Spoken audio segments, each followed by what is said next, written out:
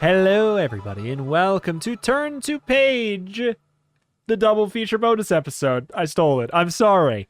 It's Animorphs, Alternamorphs 2. I just didn't know where to go with that sentence. I had nowhere. I needed a life raft. I needed a life preserver. Animorphs, Alternamorphs number 2, The Next Passage. Which, hey, how are you doing today, Raps? You excited to do this again? I am legitimately, especially because I'm aware that not all of the decisions that we are going to be making in the upcoming book are just going to be morph to this, or morph to this, and two of them kill us and one of them does not. And I am intrigued by the possibility. Also, now the Animorphs as a world is a little bit more familiar to me, and I imagine we're going to see a lot of the same characters around. It'd be nice to experience some kind of consistency, something that we didn't often get except for, 30 books apart in the previous series. And even that was like, were these characters really the same? Like, Exactly. There was like one character that was the same, and the general premise of the location. Yeah, no, there's a couple. So yeah, it'll be nice to see that kind of like that little morsel of continuous storytelling. Which I do think this will take place like right after. So hey, who knows? We'll see. But again, as far as the cover goes, we don't have a lot to say on this one, unfortunately.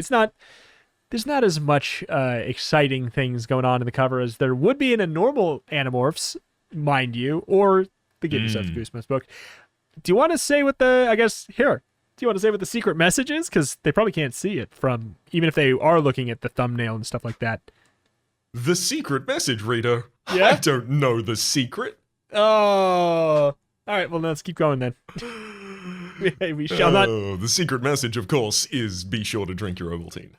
That is indeed the case. Actually, the secret message is because the joke is it's a hawk made out of a bunch of A's, and then there is a little secret message hidden in the hawk that says, "Know the secret." That is the secret message.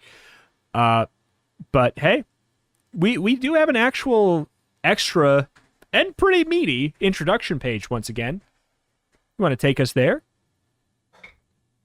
Absolutely. Introduction. My name is Rachel. Who am I?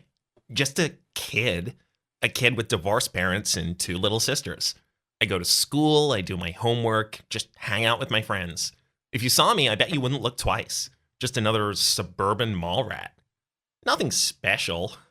Funny how that sounds like an insult. I bet you hate being ordinary. I bet you long for someone to make you feel different and special. You're probably just waiting for something exciting to happen to you. Be careful what you wish for, though. One night, something exciting did happen to me. I was given a weapon. A wonderful and awful weapon. The ability to morph, to change from an average kid into an animal, into a bird or an insect. Only 5 human beings possess this weapon. Me, Cassie, my best friend, Jake, my cousin and our leader, Marco, our personal clown, and Tobias, our lost soul. 5 humans unique in all the universe. Guess that makes us pretty special. But along with the power to morph came a mission. Save the world. I'm not kidding. This is no joke. See, Earth is being invaded by the Yeerks, aliens with weak, repulsive bodies. Slugs, like parasites. The Yeerks want our human bodies, our strong legs and hands, our sensitive ears, mouths, and eyes. They're taking over human hosts, entering their brains, controlling them, and rendering them utterly helpless. So we fight. The 5 of us humans and Axe, an alien kid, an Andalite. The Andalites battle the Yeerks throughout the galaxy, a war on too many fronts. One day, the Andalites may send reinforcements to Earth. Until then, we fight alone. Each battle changes us, transforms us on the inside as much as on the outside. War is not a video game. Oh. In a real war, you make desperate decisions and deal with desperate consequences. You spill blood and your blood gets spilled. You brush up against death. You change. You're warped until being average and ordinary again is an impossible dream. What would you do if you were given the chance to be different, unique, extraordinary? If someone offered you the ability to morph, would you take it? And if you did take it, how long do you think you would survive? This is your chance to find out. But I'm warning you. Think about it first. Think deeply. Ask yourself, can you handle it? God, that's metal. Oh, you spill blood and your blood gets spilled. You brush up against death. You change your warped until ever being average and ordinary again is an impossible dream. Right there on the shelf next to Junie B. Jones and like learn all about pugs. But hey, dang, that is such a meaty and brutal one. I think that really does, it puts it into perspective, kind of the big difference between Animorphs being for kids and Goosebumps being for kids. It draws the line kind of at like spilling blood and impossible dreams of, not fearing death anymore. It's wow. I will say, like, specifically that passage as well. You spill blood and your blood gets spilled. You brush up against death, you change, you're warped until ever being average and ordinary again is an impossible dream.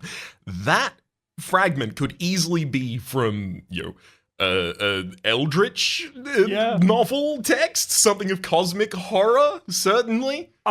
I learned, I think, I could be wrong on this, but when I was looking into Animorphs a bit, the author, I think, was like very, very interested in making a book that explored how like cool and wonderful animals are and sharing that with teens. And I think it was like her husband was really into sci-fi.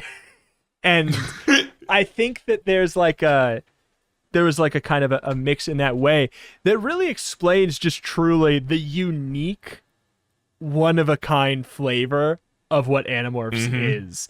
It really does feel, whether or not that's true, I'm going to accept it as canon because it explains the situation well to me. It feels like two very disparate flavors mashed into the same thing, much like a, teenage boy and a red-tailed hawk mashed into one. I'm going to go one further. Yes.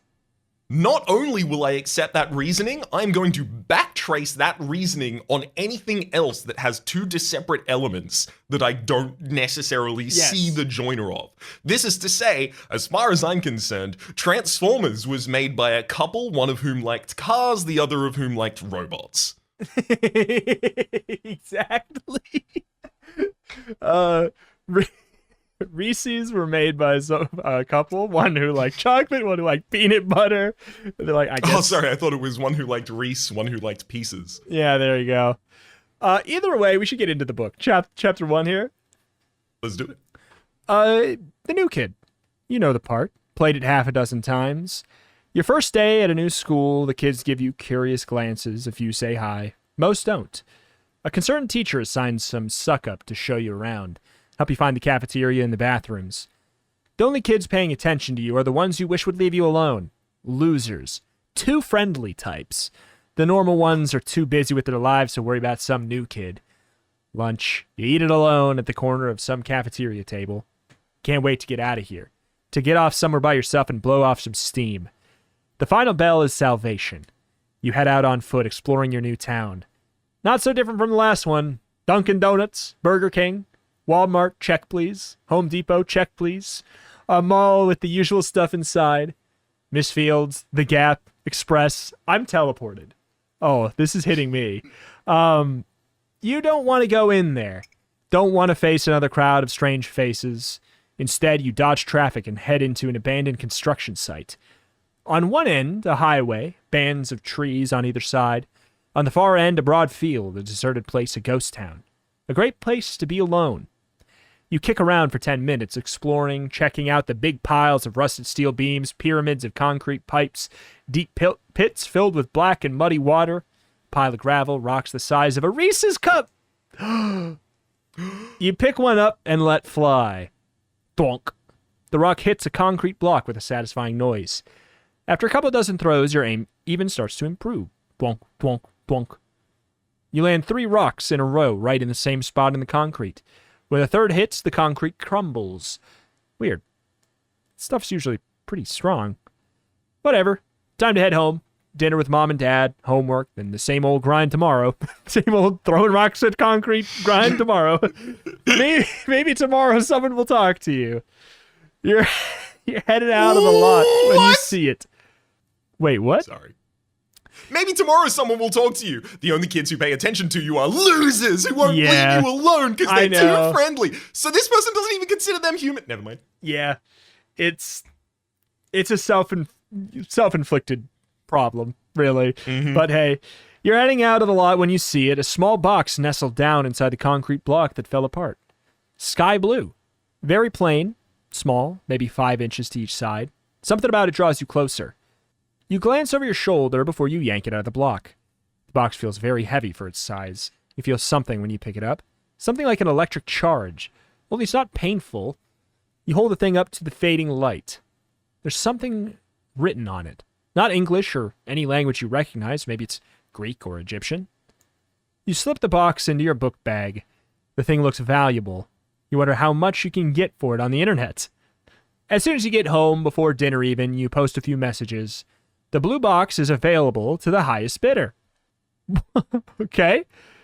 And that's the end of the story. We sell the thing that turns you into funny animal. The end. I gotta admit, though, all right. That's more realistic. That's more realistic than the first, like, the reaction to the first scenario in the other Alternamorphs. Yeah. Is if you're a teen, you're like, oh my god, what is this? I'm gonna sell it on eBay. That is such a, like, if I was throwing rocks at concrete and I found something blue and shiny, I'd be like, oh my god, I can buy so many Yu-Gi-Oh packs if I sell this. This would have been contemporary to the period of time of hearing about the person who traded the red paperclip ultimately for a house. If I see a blue box, I'm like, ooh, I'm like 3 steps along this chain already. Exactly. I don't have to worry about a paperclip. Yeah, exactly. I don't need to go to the coupon step. I don't need the free the year of free back rubs. I can go straight to I don't have to trade for vintage Garfield memorabilia from 1981. So you mean the final step? You're right. Sorry, that's what the house goes for ultimately. You trade the house. Honey, I have great news.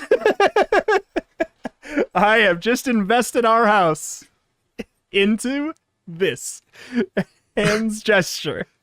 Much Garfield. Oh, hell yeah. I agree with this decision. And this is why we're together. We both love Garfield.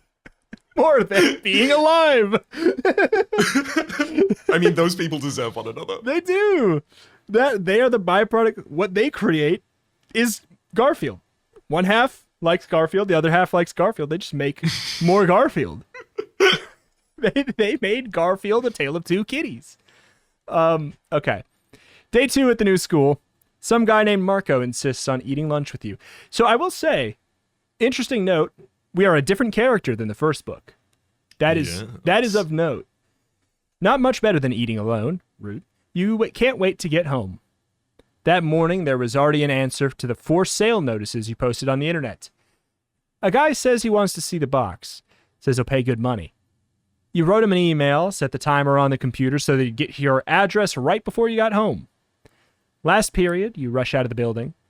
Get home early and do your business. One problem. You're in the door about 2 seconds when you know something's wrong. Your dad's home early, you can hear him talking to someone upstairs, and it doesn't sound good. You take the stairs 2 at a time, bound into your room, and your dad is standing feet wide, pointing his service revolver at something. Something about the size of a retriever with 8 stumpy legs, blue and tan fur, a scorpion tail, and 2 arms. This thing is alive, growing and changing right before your eyes. Whoa! You say? I think it's some kind of alien. Your father explains. Ah, an alien? No way! Yes way. You freeze, amazed. The voice is coming from inside your head.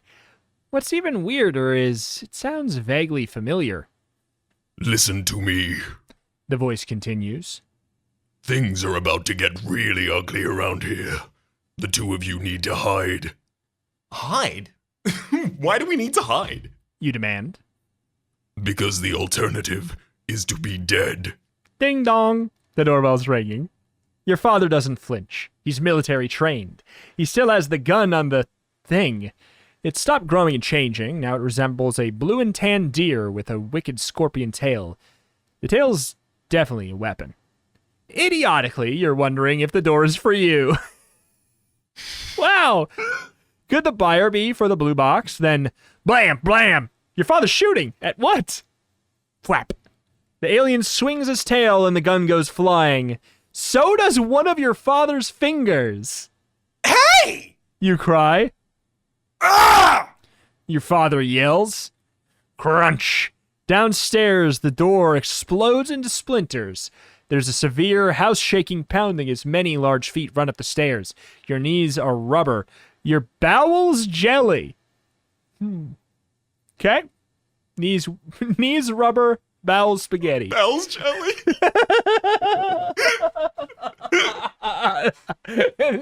Knees weak, arms spaghetti, knees rubber, bowels jelly.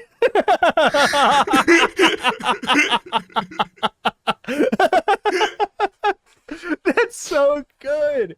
Your bowels jelly. You and your father stare as two creatures leap into the room. They have feet like a T-Rex, necks like snakes, large bird-like beaks, and 3 dagger-like horns protruding out of their foreheads, bent back legs, and very long arms.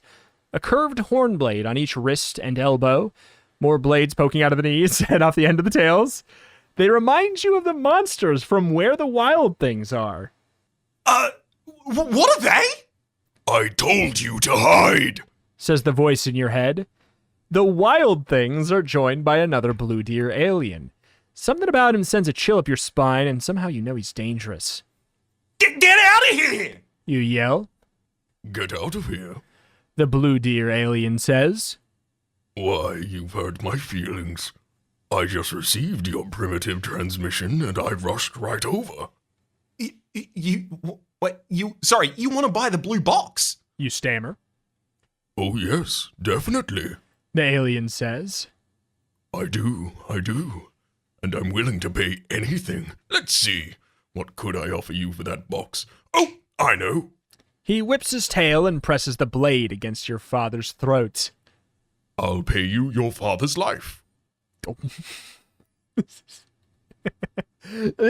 I will say, thematically, this one is putting the first one to shame, and I thought that the first one we read was a bit darker. And I'm here for it. They turned the notch up by 10, and I didn't think that's what I needed, but that's what I needed.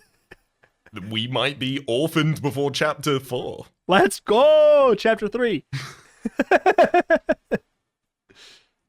You are not getting this blue box, says the other blue deer alien. You're confused.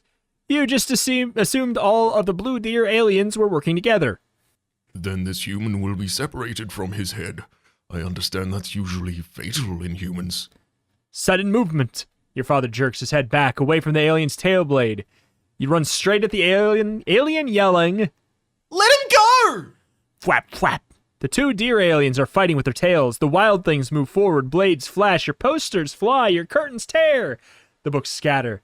Blam, blam, blam. Your father's in the corner firing his gun with his left hand. He usually can't even hold a fork in that hand, but 3 circles appear in a wild thing's chest, and down he goes. Then, a throaty roar. You turn to look, and an enormous grizzly bear is coming through your bedroom door, and behind the bear is a huge orange and black tiger. You're crying and laughing all at once. This is insane! You wonder if you're going nuts, and suddenly you gag, heave. You're gonna be sick. Maybe it's fear, but you're definitely freaking out.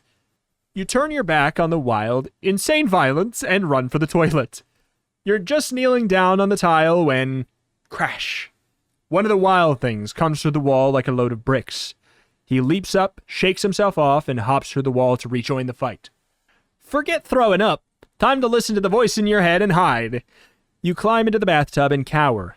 The wall between the bathroom and the bedroom is reduced to smashed 2x4s and torn sheetrock. I did not know that sheetrock was a brand until now. Or maybe it's just capitalized wrong. You can see glimpses of the battle raging in your bedroom. Your father crawls in. He wedges himself between the tub and the toilet. He follows the action in the next room, wildly pointing his gun here, there. One of the deer aliens begins to change. His skin and fur turn purple. His shoulders bulk out, 2 legs shrivel and disappear. The others grow bigger and stronger. 4 arms sprout out, 2 from each shoulder. The arms are wrinkly down in the place where the hands should be. And instead of hands, there are bony red points.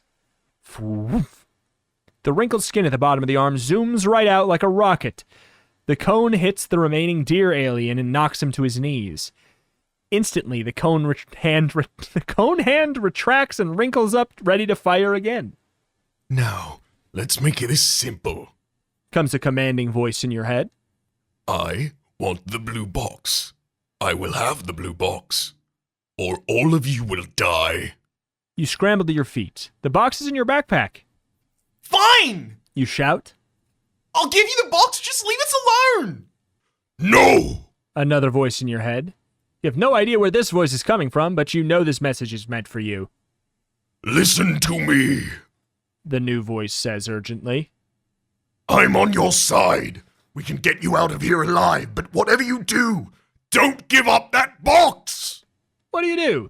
You turn over the box or you refuse? I mean, take the side of the person who cut my dad's fingers off? Or... Only one of the fingers. Well, who knows at this point? It's true. There could have been anything happening in the intervening time. We know one finger has gone canon. One finger is canonically missing. We could be missing any appendage, any number, because it just hasn't been listed. Who knows? We could be dead. Didn't say we're not. It seems like it doesn't make any sense for us to turn over the box. Am I wrong? Mm-hmm. So, yeah, the more aggressive person has asked me to turn over the box, so I will disagree with them. Yeah, I'm a rebellious little teen. We threw rocks at at concrete, so we're not the type to listen to authority. We took down a building in 3 shots. It's true. No! You say defiantly. The box is mine! Attack! Says an awful commanding voice in your head. No, wait! You say. But it's too late. The terrible purple nightmare monster, the wild things, the deer alien, the bear, and the tiger are all focusing on you. You back against a tile wall, getting as far away from them as possible. The grizzly moves first. It bellows, lowers its head, lands on all fours, and runs straight at you. Like a runaway train behind the grizzly, you see heat-seeking missiles come 2 massive cone hands. They're heading straight towards you. You close your ears, you close your eyes, but you can't close your ears. Whoom, whoom, wham, crunch. You open your eyes, the cone hands missed. Yes, and then, whoomp. A mountain of bear sweeps you up and shoves you through the shattered plaster and glass. For 1 stunned second, you're flying. You can see in the evening sky a tree branch. You windmill your arms and then, wham! The air explodes from your lungs as you hit the ground. Your spine crunches. Teeth slam together. You fall backwards and your head hits the ground. Whoomp. Blackness. You wake up amidst the smell of hay, medicine, and animal poop. You're surrounded. 5 kids standing around you in a circle. Solemn, tired-looking kids. One of them looks familiar. You're Marco. You say with a little laugh. We had lunch together today. Marco nods and gives you a little wave. The others introduce themselves, Jake, Cassie, Rachel, and Axe. They explain about the Yerks, about the invasion. You learn some vocabulary, like Phoebe. The wild things are called Hork-Bajir. The deer aliens are Andalites. What about my mom and dad? What are they called? You ask. Marco walks over and stands right in front of you. Your parents have been taken to a secret underground facility called a Yerk Pool? Picture a sludgy cesspool upon the color of molten lead. Hork-Bajir warriors will drag your parents to the end of a pier and they'll... Marco! Cassie says angrily. They'll drag them to the end of their pier and they'll kick their legs out from under them and force their heads into the sludge. You stare as Marco drones on. His words stab you in the gut. You don't absorb it all, but you understand that your parents are slaves of the saddest sort. An intense anger hits you, a desire to strike back, to send these yerks back to wherever they came from. You want to save your parents, you have to, It's too late to help your parents. Jake says quietly. As of now, you have no home and you can't get back to school. You do, and the Yerks will find you. And it'll be you taking the long walk down that steel pier. Your mind can't grasp it. You try to argue to convince yourself it's just a trick, but they prove it to you. Axe, a disturbingly pretty boy, turns into an even more disturbing-looking alien. What? What you now know is an Andalite, There is one nice thing about all this. Cassie says. There's a compensation for all the danger and all the fear. So any animal you can touch, you can become. Like a dolphin or a skunk or a wolf, an elephant or a grizzly bear. Rachel says. A gorilla? A shark? Marco says. A tiger, a fly, a cockroach. Are there any more animals out there? Jake says. Any animal, any size. But only for 2 hours at a time. You can never stay in more for 2 hours long. For more than 2 hours, sorry. Why? You wonder. And then you meet Tobias. He was trapped in his red-tailed hawk morph. Now he lives his life as a bird of prey. They give you a few hours to think about it. I've got to be honest, they've explained more about the intricacies of everything in this book than they did in the first. They introduced Axe to us. They explained why Tobias is stuck in hawk form. This is the second book in the Alternamorphs, and they did a lot more to fill in the gaps that if we didn't just already know them, it would have been nothing. Legitimately, yeah. That's crazy. Let's see. Why you meet Tobias? They give you a few hours to think about it. You take a walk in the woods behind Cassie's farm. You try and think, but your mind refuses to track. Your jaw hurts, your back aches. Keep thinking about your parents. It's unreal. Your whole world's shattered, ruined. You feel hopeless as you head back to the barn. The others are waiting for you. I'm ready. You say. Someone produces the box. Your box. The box that destroyed your life. They toss it to the alien. Press your hand on the square nearest to you. He tells you. You step forward and press your hand down on the cube. It tingles. You say. You may remove your hand now. The alien says. You do, thinking that the experiment has failed. You don't feel any different. The others are guarded, but they smile and shake your hand. I want to try it. You say. Cassie leads you into a horse stall. Put your hand on his neck. She tells you. The horse turns and gives you a surprised look. Then he ignores you, going back to eating his hay. His fur feels rough and warm. Focus your mind. Cassie says. See the horse in your imagination. Think about him, about what he is, what he represents. Homework for those at home. What does a horse represent to you? Please call in. Call in. Comment below. What is Answers a horse? on a postcard. Answers on a postcard. What does a horse represent to you? What does a horse represent to you, Reps? Freedom. So I know that Yeah. like a lot of people who lived in country towns represent, or like the idea of getting their driver's license or getting a car represents true independence and freedom. However, I'm a bit more old-fashioned, and as far as I'm concerned, those cars are newfangled devices that are really just gonna fade out in a couple of years. Yeah. I get my horsepower the good old way, 1 horsepower per unit. Yep. 1 horsepower. 1 horse powered. For me, they represent rippling muscles. Have you seen like a racehorse's yeah. thigh? Ooh, It's ridiculous. wow. Jacked as hell. Dang, man. All right. You close your eyes and concentrate, thinking about the rippling muscles. Take your hand away. Cassie says softly. You have the horse inside you. His DNA is now in your blood. You can become him. Try it. This is ridiculous, you think. But you have to be sure. You close your eyes. Imagine a horse. Muscles. Nothing happens. All you feel is a little itching, a distant sensation in your legs. Your eyes jolt open. The horse is panicking, rearing up, nickering just a foot away. When you look down, you understand why.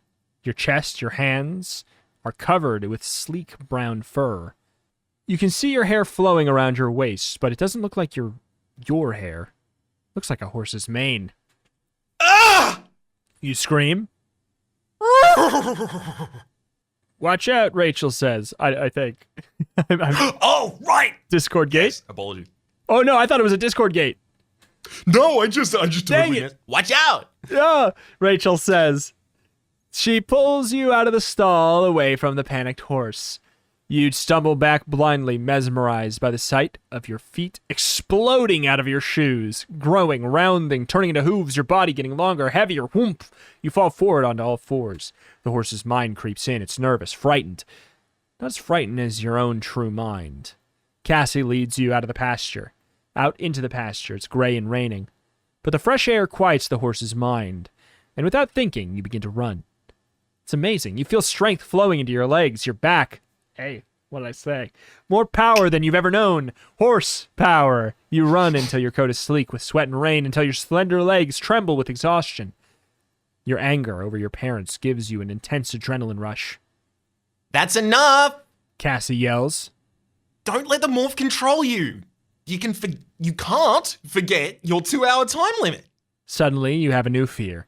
How will you ever undo these changes? Will you ever be human again? Will you be back at the barn and focus on your own body? You almost cry with relief when the changes begin.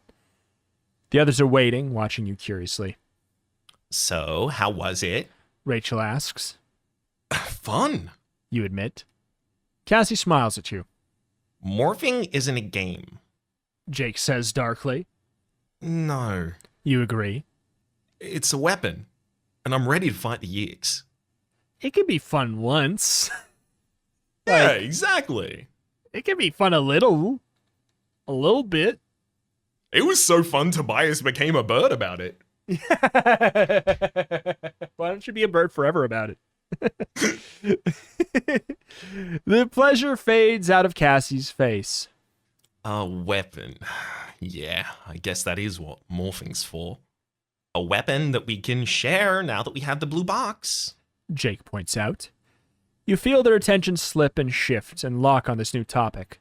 They debate about using the blue box to make an army of Animorphs. Try and follow, but it's like when your parents talk politics or discuss the stock market. You don't really know enough to have an opinion, and nobody asks what you think. It's not, hey, let me tell you, kid, you don't always grow out of it. I'm with you. Jake, Rachel, Marco, and Cassie do most of the talking. Axe offers an occasional opinion. Tobias is mostly silent. He's in his red-tailed hawk form. Can he be in something else? I'm not trying to I don't like think he can, no. I don't think he can, but like, can he shift from hawk into different animal?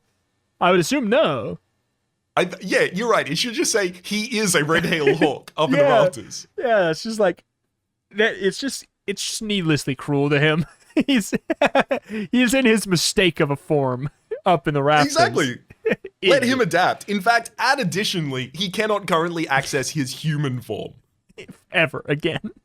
He currently can't and never will ever again be a human. He is currently a red-tailed hawk up in the rafters.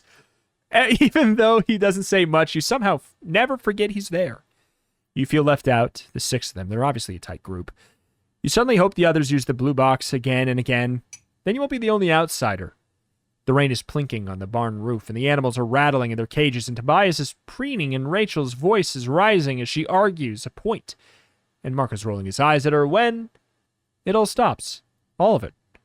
Every sound, silence, the rain, silence, the Animorphs in their debating process, poses, frozen. The barn full of animals, stopped dead, frozen, still, motionless, everything and everyone, everywhere, all at once, except for you. You look up at Tobias. He has one talon off the rafter, wings half open for stability, frozen in an impossible pose, and slowly, cautiously, you move to the door. Raindrops hover in the air, you're frightened and amazed. It's as if the whole world were a video and someone hit pause. You feel small and powerless and terribly alone, and somehow forgotten. Yo! Have an overwhelming desire to stand still, to blend in with the new frozen world. A raccoon stands up on its hind legs.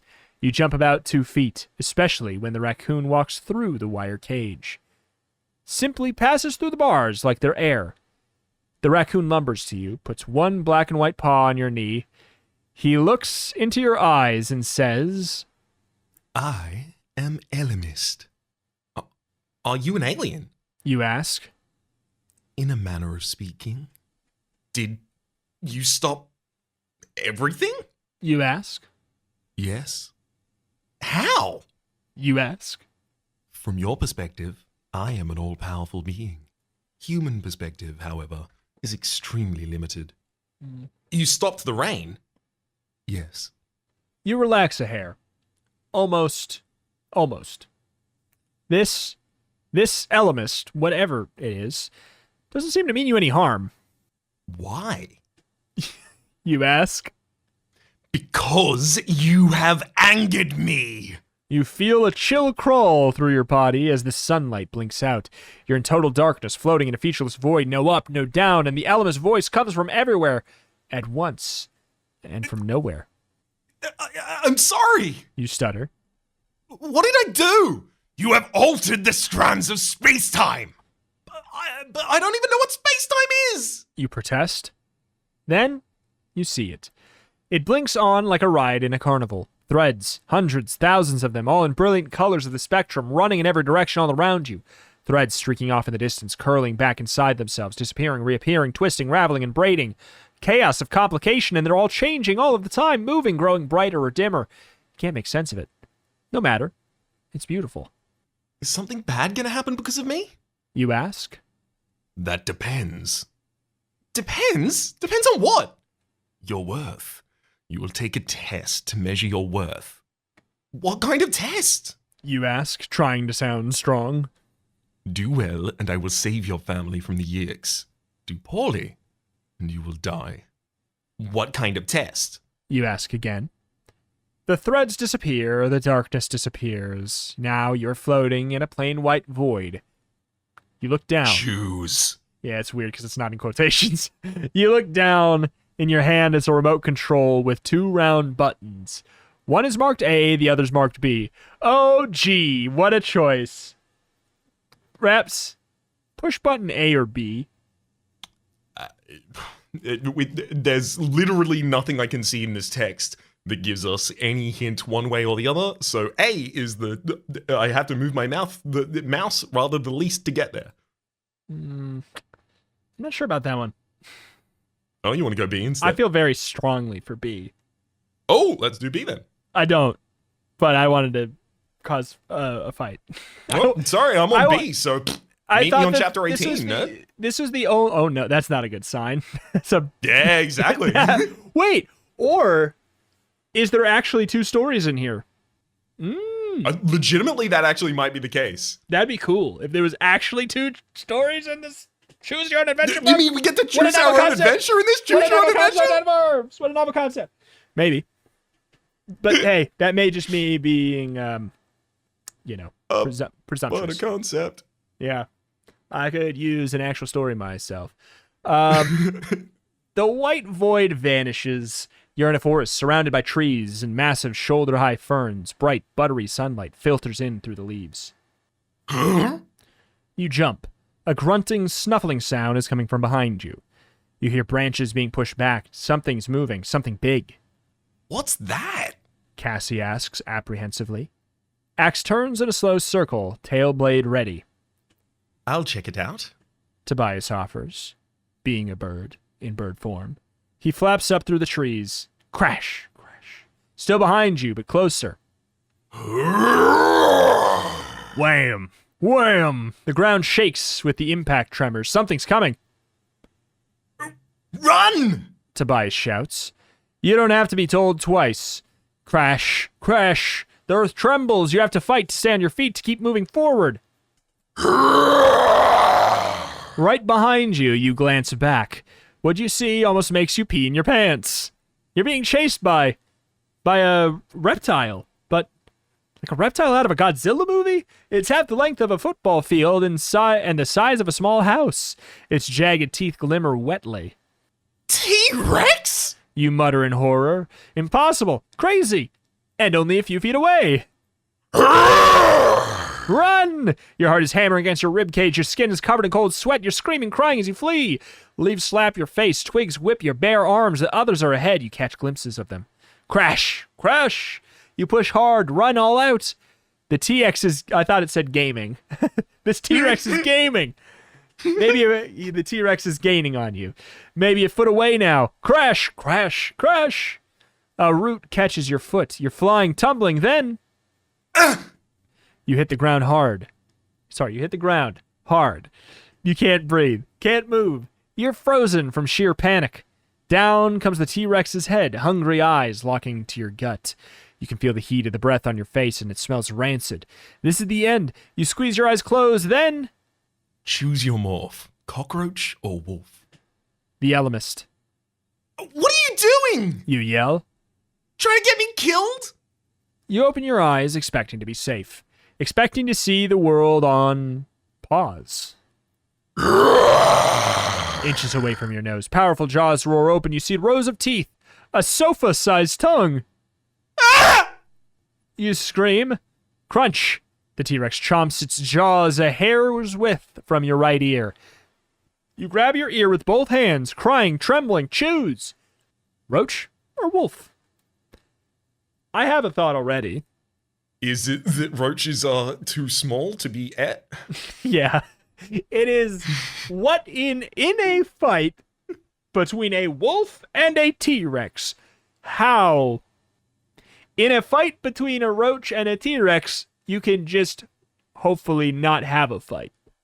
Now, I know it's not on the page, but I want the third option, touch the T-Rex.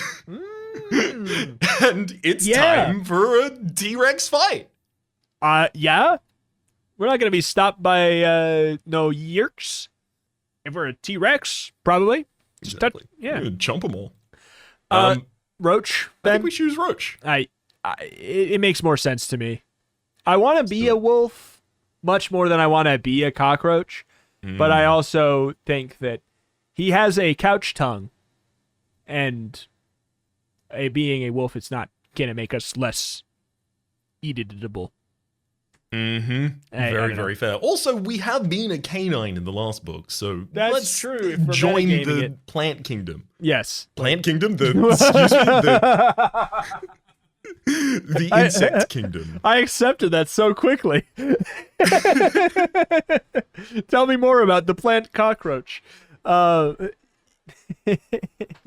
You roll, stumble to your feet.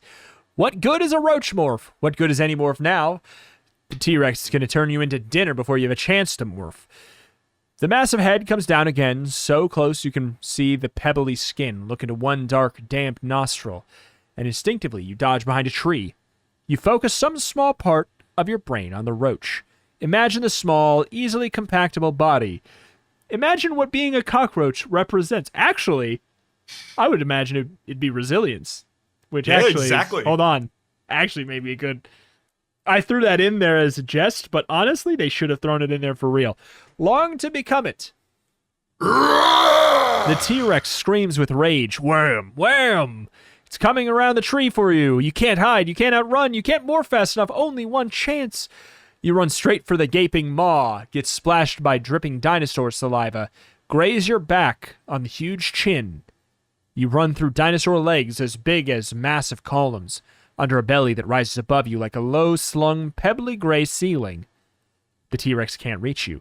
Can't get its massive head under its legs. It leaps up and spins around, turning almost gracefully, except for the tree that it knocks over with its tail. As you run, you're starting to shrink. 4 feet, 3 3/4, 3 1/2.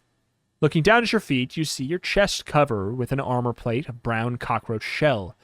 It's disgusting, but at least it means the morph is working. You look around you in the forest, it looks like it's grown bigger. Sorry, that's a goosebumps. Your fingers melt together. Next time you look, they formed a single, many-jointed bug leg.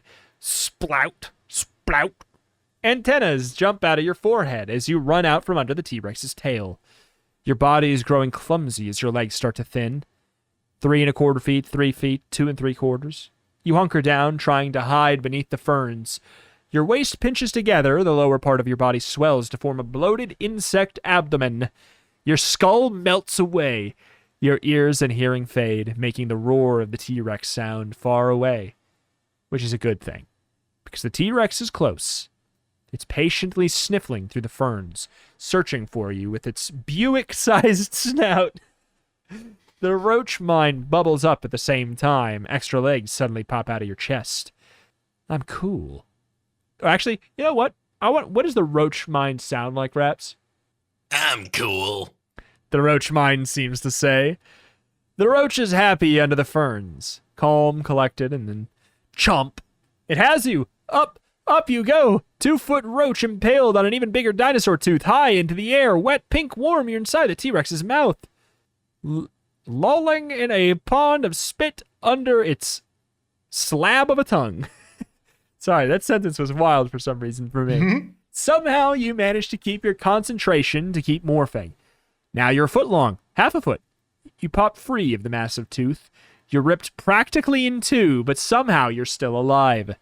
The T-Rex clamps down, but now you're more roach than human, and the space between the dinosaur's teeth and gums seem like a huge pink cavern. Go towards the light. You think. Now the roach mind is starting to panic, to protest. You fight for control. You crawl right over the T-Rex's lip and onto its pebbly skin. Must tickle. The T-Rex gives a massive swing of its huge head and sends you flying. Ah! Down, down, down. You catch a flash of blue, green, brown, thunk. You land on your back on the mossy soil. Wiggling your legs in the air, you stretch, scramble, flip. You're right side up. And alive. Killing a cockroach is hard. Hell yeah! Sounds like a win. That does indeed. Chapter Survive. 20. You squish yourself down into a nice piece of moss next to the tree root. The roach body makes itself small, stays perfectly still. The T-Rex doesn't know you fell out of its mouth, and it's not interested anymore. It's found new prey. Watch out, Marco! It's coming up behind you! From your hiding place, you can't see what's happening to your friends, but you notice their calls and shouts are growing distant. Even the T-Rex's footfalls fade away. You're a bug alone in Dino Land. That's so good. Now what? Find the others. You think. That means demorphing. Has to. Catching up to them with as a roach would take forever. Reluctantly, you concentrate on your own body and feel the changes begin. Antennas dissolve, the roach exoskeleton softens into human skin. Extra legs wilt and slurp up into your chest as you grow. Oh, God. As you grow up and out of your safe moss hideaway, zooming up to your own true height. A grinding sound as your bones grow back and join together to form a skeleton. A slish slosh as your stomach, kidneys, pancreas, and blood vessels all spring back. Your heart reappears and immediately begins to bang against your ribcage. Now you're a human alone in Dino Land. Oh my God, this page is cracked. You walk and then trot and then start to run. You guys, wait up! You shout. Nobody answers. Following the trail isn't difficult. You can see the snapped saplings and crushed ferns where the T-Rex pushed through the forest. You can follow the dinosaur's talon prints. There's one every 5 or 6 feet. You run until your lungs burn and your sides ache. You slow to walk and trudge along. Your bare feet are bloody and bruised. The sounds of the forest terrify you. Twigs snapping, leaves crunching, something scampering through low vegetation. The light under the trees starts to fade. The sky shades from blue to deeper blue to red. The trees around you begin to lose their sharpness. Twilight's coming in. The night. You have maybe 10 minutes of daylight. 20, tops. Do dinosaurs hunt at night? You have no idea. You come out of the woods into what looks like a big pasture full of tall grass. You see a flickering light off in the distance, and you smell something. Smoke. And something else. Meat. You start to run. Jake, Cassie, Marco, Rachel, and Axe fill you in on their adventures while you chew on what turns out to be T-Rex shish kebabs. Here's the deal. Axe killed the T-Rex seconds before it killed Marco. Cassie figured out how to turn the T-Rex hide into food and shoes. Rachel used a couple of twigs to start a fire. After eating a couple chunks of meat, you're starting to yawn big time. The run through the forest, the constant adrenaline rushes are getting to you. Your eyelids are hard to hold up, so is your head. The others are still talking, still discussing the situation. You stretch out on your side next to the fire. You make a pillow out of your hands and close your eyes. Almost immediately, you fade into a dreamless sleep. At first, you're not sure what wakes you up. You stare at the black night, roll over and blink at the blazing fire. Cassie and Axe are on their feet, Rachel shaking herself awake. Everyone is staring out into the darkness. What is it? You ask, sitting up. Jake's voice. He's running out into the darkness. Everyone out of the way! He yells. Stampede! Stampede? Marker demands incredulously. What is this, a cowboy movie? Move! Jake yells. Sorry. I love it. I love these two options. What has cracked up Rito is our options here are you morph roach or you run. You run or you morph roach. Or you belly jelly. You belly jelly. You bowels jelly. Arm spaghetti, bowel jelly. So we know that the morph for roach is resilient, but we also know the key weakness of the cockroach is being stepped upon. What's a stampede if not just a bunch of threatening feet? Also, yeah, we have established that they are slow, and this is a go fast moment. So exactly. What if we became a wolf? Can we go? I'm gonna write in my own option. You become a wolf, and it's just sick as hell. That's all it says. It doesn't trigger another page. It's just you become a wolf. It's sick as hell. You stay as a wolf for 2 more hours, and you live a fun life. And then you're just a wolf now. Yeah. Yeah, I wrote on my monitor on the PDF with Sharpie, and it's not clicking, so... Dang. I guess we run. Maybe we should run. I want more wolf. Okay. Run. You run. Boom, boom, boom. Jake is right in front of you. Axe in front of him. The others are right behind you somewhere. Glad my legs aren't as short as Marco's. You think. You can hear the dinosaurs closing in. Boom, boom. A sound like rolling thunder, like a train bearing down on you. Boom, boom. Here and there, you catch a fleeting glimpse of the herd. Long necks, huge tails, big and heavy enough to smash you like a steamroller. Your leg muscles burn, your lungs ache, but you push yourself harder, fueled by fear. A T-Rex! Tobias yells. Heading this way! Boom, boom, boom, boom, boom. Closer, closer. The thunder grows louder, surrounds you. The herd is all around you. You try and run with it. But the long-necked dinosaurs are faster, and they're also fueled by panic. Wham! The ground bounces, stumbling you to your knees. A long-necked dinosaur squeals in panic. A shadow that blots out the moon and stars. Trembling, you turn and look. And then, chomp! Ah! You scream. Darkness, hot breath, a slimy, rough surface beneath you. A tongue. You're in T-Rex's mouth. Go. Pressure on all sides.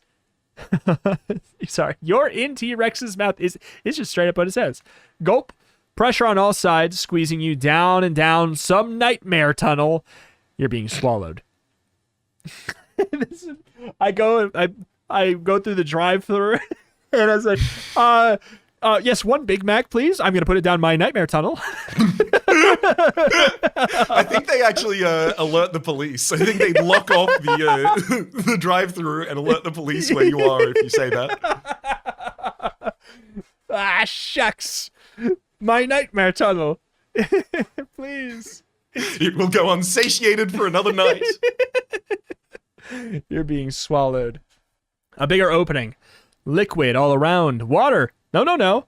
Too hot to be water. Digestive acid. You're being digested. You're blind, deaf, except for the sound of churning and the steady bass drum of a heart beating. You grin up against... What the hell is happening? You grin up against warm flesh, up against something that feels like bones. The T-Rex's last snack? You're holding your breath. You don't want to breathe in battery acid. The battery acid T-Rex has.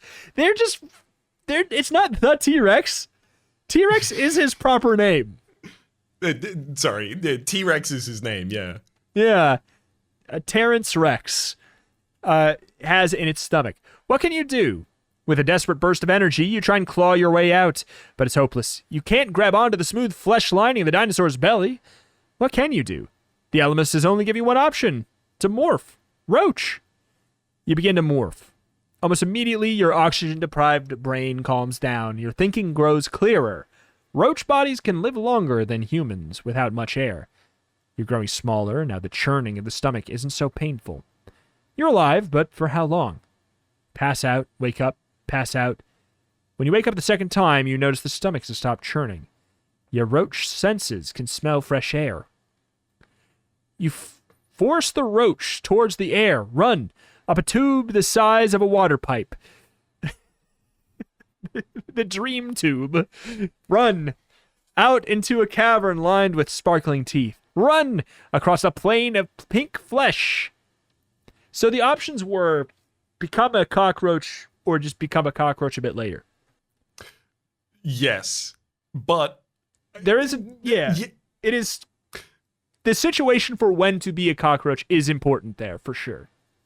Yes. Rito, also implied by this though, the Elemist has only given you one morph, roach. We were asked earlier if we wanted to become a roach or a wolf, but what were we about to say wolf and then just like get down on all fours and go, all right, time for wolf form, and then just get eaten entirely as we don't morph?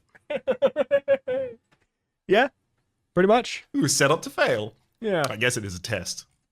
You begin to demorph. Your human eyesight blinks back on. You can see that you're standing next to an enormous corpse. You're still only a few inches high. A dinosaur looks the size of an aircraft carrier. The others notice you. Hey! Cassie says. Oh, you're alive! Barely. You say, still more roach than human. We all made it. Jake says, shaking his head. That's amazing. Who killed the T-Rex? You say. I guess I did. Jake says. How? It ate me. Jake says. So I acquired it and started morphing in its throat. Jesus Christ. That's terrifying. Oh boy. Everyone is buzzed with energy and nerves. You decide to keep walking, even though... Not to... No one even noticed it. No one even mentioned that that's, like, ridiculous behavior, Jake. Yeah, and also, like, how did we climb up? Never mind. I don't want to get too visceral with it. It's kind of like if you turn into a T-Rex inside the nightmare tube of the T-Rex. How do we climb out of the nightmare tube? I don't know. Anywho, doesn't matter. You begin to demorph. Where were we? It ate me. Everyone's buzzed with energy and nerves. You decide to keep walking even though it's dark. You trudge through the grass for a few miles. You stop and doze. You get up and trudge some more. Nobody knows where you're going, but somehow walking makes you feel better. Gradually, the sky lightens and the sun comes up. More trudging, and now you're beginning to think that sitting down and never walking again would be a nice plan. Oh man, look! Jake says. I think we're coming up on some kind of big gorge or whatever? You march up to it. Huge canyon. You're on the edge of a valley hundreds of feet deep and miles across. The valley's not empty. Down there, spread across a mile of valley floor, are glittering, shining buildings. And hovering over them is something that looks like a flying saucer. A flying saucer and dinos? Now this is getting weird. You can either pretend you never saw the city or investigate. Up until now, all of this was pedestrian. Yeah, this is regular. Become T-Rex But a flying in saucer T-Rex. and dinos? Normal. Yep. I have seen aliens, and I am currently being tested by an alien that conceptualizes itself as effectively a god with respect to the human species. Anyway, a flying saucer, though? Pfft. I have seen aliens, alien craft, and dinosaurs, but aliens and dinosaurs being seen by me? Whoa. Now that's too far. That's too far. Oh my. I mean... Is there ever a world in which pretending we never saw the city is a better idea? I don't know. My only thought would be like, is it a different ending? Like, is that's really all I would have? Is like we get the city ending or the not city ending. I think Maybe we should investigate. I think it makes sense to investigate. Let's do it. We've got to get down there somehow. You say? You know, investigate. Maybe whoever built that city can help us figure out a way home. Flash. The valley disappears. The prehistoric landscape vanishes. You and the others are sitting in the middle of an empty IMAX theater. You have the best seat in the house. Center seat of the center row. Cassie, Axe, Tobias are on your right. Marco, Rachel, and Jake are on your left. A tub of buttered popcorn sits in your lap. I'm in. There's a supersized soda ready to go down the nightmare chute in the cup holder. Marco picks up his cup. Sips. Coke? You ask. Marco makes a face. Tab. Investigate. Oh, sorry. I read that and I was like, when I saw that, I was like, oh, we're going to do an investigate roll. Like, I was like, this is Dungeons and Dragons. I don't know. Just the way it was listed. Living in the future. Yeah. Investigate comes the Elemis booming voice. Find a way. These are things humans do well. The house lights dim. The enormous curved screen in front of you fills with an image. A close-up of a nameless primitive man. His grubby hands are rubbing two sticks together. A lick of flame starts to grow, illuminating a face filled with wonder and fear. The scene shifts. You see a dirty, wild-looking woman tapping a piece of flint against a stone to fashion a crude tool. Again, the scene shifts. You see men and women of all races weaving fabric and forging glittery objects of metal, collecting seeds, planting seeds, making sails and canoes, and setting off to explore the waterways. Now the pace of the images picks up. More tool makers, this time fashioning spears, harpoons, arrows, wheels of a dozen different sizes, wheels on crude vehicles, on potter's wheels, on lathes. And now the humans you see are starting to look different. More light in their eyes, a keener awareness. You watch them plot the motion of the stars, create the first irrigation system, stack up crude bricks to build shelters, then ziggurats, then pyramids. People wearing tunics and sandals invent screws, pulleys, levers, pumps, simple engines, watermills, plows, arches, vaults, domes, amphitheaters, aqueducts, tunnels, bridges, lighthouses, roads, compasses, Fortnite. Now the images are coming faster. Castles, gunpowder, cannons, maps, clocks, ink, paper, movable type, printing presses, books, Pokemon Go, telescopes, steam engines. Incredible. Axe whispers. Now the images are spinning so fast they're just flashes. You see what has to be Benjamin Franklin with his kite. Edison with a bumpy-looking light bulb, then a sprawling city light up. New York. Streams of people in hats moving down a staircase onto a herky-jerky train. A subway in London or Boston or Paris. Delicate suspension bridges, trains, photographs, telephones, people climbing snow mountains, probing ocean floors, riding into space in rockets. Images flashing by, blurring into one another. Airplanes, elevators, skyscrapers, cars, computers, plastics, drugs, medicine, TV, turn-to-page podcasts, lasers, robots, vaccines, satellites. Then the screen goes dark. The theater lights come up. That was cool. Tobias says. A bit too PBS for me. Marco adds. What does it mean? You ask. You have passed the test. The theater disappears. The Animorphs disappear. You're in the back seat of your parents' car. Your dad is driving and your mother's in the passenger seat. You're following a big yellow moving truck on the way to your new house. Mom? You say in disbelief. You remember everything. The battle in your bedroom, morphing, the howlers, the T-Rex. You also remember the new car ride. The car ride, this happened a week ago. Back before you ever spent a minute in your new school. Your mother turns around and smiles at you. What is it, sweetie? Nothing. You feel like crying. You have to do it all over. Now you don't ever have to go near that construction site. Now you don't ever have to discover the blue box. Unless you want to. You're given a second chance. I'm assuming that takes us back. Oh, it takes you to the beginning of the book. To the very beginning of the book, yeah. So implying, I do want to know, we picked B. There's actually a different story. That makes sense. But is there an alternate end to this story? I'm just like randomly clicking. I don't know. There might be. pretending that we never saw the city is not one. And I think the wolf morph is not one, which I think are our last two decisions. Morph roach isn't. Okay, that is the terminus for that half of the book. Yeah, that makes sense. So the question is, sense? It's basically like, can you get to the end? Yeah, it looks like there is, there's straight up there's two endings. There's two correct endings. So there's twice as many endings in this Choose Your Own Adventure book, which does not make it twice as good as the first one. Makes it much more than twice as good, because it implies, we actually had some kind of control over the story. And there were fail states. There were correct endings to each path, but we kind of got to choose at least in the middle. It was much better. I will say, the reviews that said this book was much better than the first, I agree with strongly. As far as a Choose Your Own Adventure book. I do as well, but I'm also I'm trying to figure out, ultimately, so we keep the memory, right, of all of the things that have happened in the period of time. So we know how large the world is, but now we just don't have the ability to try and fight it?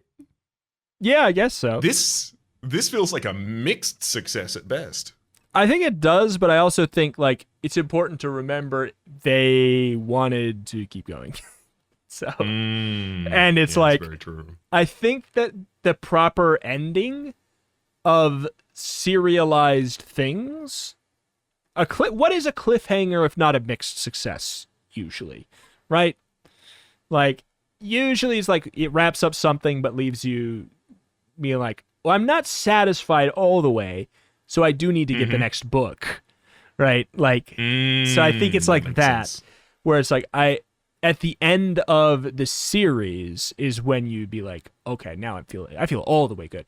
And I'd say it is still good, because it's we're back. We know what happened, and we can choose if it's the path we want to pursue now, which I think is, knowing everything that happened in that, with that, if you accept this blessing / curse, what's going to come with it, the kind of things that it'll entail, and you can now decide if that's a thing you want or not, which I would say is, in the world of Animorphs, about as much of a success as you'll probably get, just going off of the whole, let's see, what was the Yurik's water human bodies, strong legs, hands, where, no, you spill blood, your blood gets spilled, brush up against death, change, warped, until ever being average and ordinary again is an impossible dream. I'd say getting a mixed success in that universe is pretty good. Yeah, it definitely appears to be so. I, for my own mental satisfaction, went and quickly checked the tone of the other true ending on the other path, and yeah, it's also a pretty mixed success. Yeah, I think that's kind of that makes sense, that's kind of the vibe to it. But yeah, I enjoyed it. It felt more like a Choose Your Own Adventure book. Not that there was really... It was kind of it's railroady in the sense that once you're on a path, once you pick the path A or B, you are going to get there if you want to get there, just by, with a couple choices. So, is it what I'm looking for fully? Not necessarily, but I really liked the writing in this one. There was a lot of lines in this one that were really fun. And there's a lot that I'm oh my God, I am an adult man, and that the way you did that tickles my brain. And I found it well written in a fun little way where I'm yeah, I can tell that you are a good writer writing a story that's off the wall. And I really like it. I enjoy it. I enjoy it. I'm super glad that we read the second one, because I'm coming away a fan, I think. And hey, it will be the impression that you take on into the future. There is not true. Another one to change that past this point. That's it. We're done with them past this one. There is I guess there's the other story, which maybe we can find some way to like do that as like a little bonus thing at some point, somewhere, somehow. Who knows if people are if people are interested? That could be a thing that happens. Is there is probably point 3 of an Alternamorphs book out there at some point. Probably not enough, like something we have time for this week here, but very, very fair. cool to know that they're floating somewhere as that's our mixed success ending of this double feature bonus episode. Bonus. Sorry, yeah, I did take it from you. No, it's all good. Yeah. I didn't do the bonus in the first one, but Oh, well then never mind. Then there you I go. saved that bonus for this part. Yeah. Hey, Rito. Do you Yeah. want to give us a little bit of a teaser as to what we'll be experiencing now that we have completed, for the moment, the Alternamorphs series? In the future, we're going to be warped until ever being average and ordinary again is just an impossible dream, to be honest. Of course. And that is to say... We will bleed, and we will bleed. be bled. Yes. That is to say, we are returning to Give Yourself Goosebumps for the remaining books in the series, because there are 8 special edition Give Yourself Goosebumps books, which I think it's a little bit ambiguous. I think each one takes what that means a little bit differently, but generally it's going to be like a more, like, I know that at the very least, the first one, I think them in general have kind of like an inventory system, stuff you actually have to keep track of. Theoretically, like a little bit more of an actual, like an intentional challenge. Hopefully that does not mean it's just a bunch of random malarkey, and it's called challenging, but we'll see. I'm looking forward to it. I know that people hold them very fondly as some of the better ones, so I think it's kind of all been building up to that, and then we have 8 books of that, and then we're moving on to something else. Undetermined at this point, to be quite honest. But we will get there. Legitimately, I am over the moon with the prospect of this. The first one we're going to be running into is Into the Jaws of Doom. Special edition number 1. Yep. It says it's an ultimate challenge. It does. But, jumping on top of my house from outside is also an ultimate challenge. It's like, just jump from the ground straight up to the roof. It's pretty tough. So hopefully it's fun tough. We'll see. I think it will be. I got high hopes. But alas, do you have our little list of wonderful individuals? Special thanks, of course, to the executive producer of this episode, Justice Tom, as a hardcover supporter over on patreon.com/turn2pagecast. Thank you very much, Justice Tom. You are not Phoebe. Certified not Phoebe. Thank you very much. Huge thank you to the Patreon supporters. Patreon.com/turn2pagecast. If you help support over there, it really does help make the show better.